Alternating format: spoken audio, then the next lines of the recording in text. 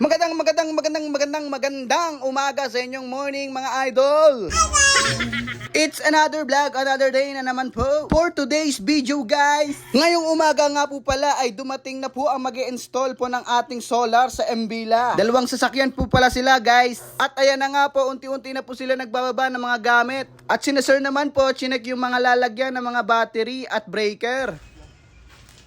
Dito nga po pala nila ilalagay yan sa bubong po ng Mbila. Marami-raming panel nga po pala ang kanilang itataas. Bali guys, 30 panels nga po pala ito. Kaya biruin nyo, hanggang ngayon naghahakot pa sila kuya. Sobrang daming panels pala nito guys. Kaya mamaya maglo-drone shot tayo guys para makita natin yung taas ng Mbila. Isipin nyo guys, kung meron kayong ganito sa bahay, sobrang tipid siguro no? At halos wala na siguro tayong babayaran. Mahal nga lang ang magpa-install.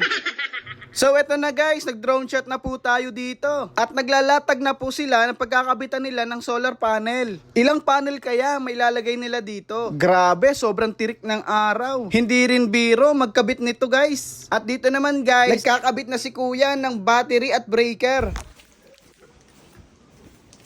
A few moments later. At ayun guys, tapos na silang maglatag sa Mbila. Bali 16 panels lang po pala na ilagay nila dito guys. Dahil hindi po kasya, sa ibang unit naman po ilalagay. Thanks for watching guys.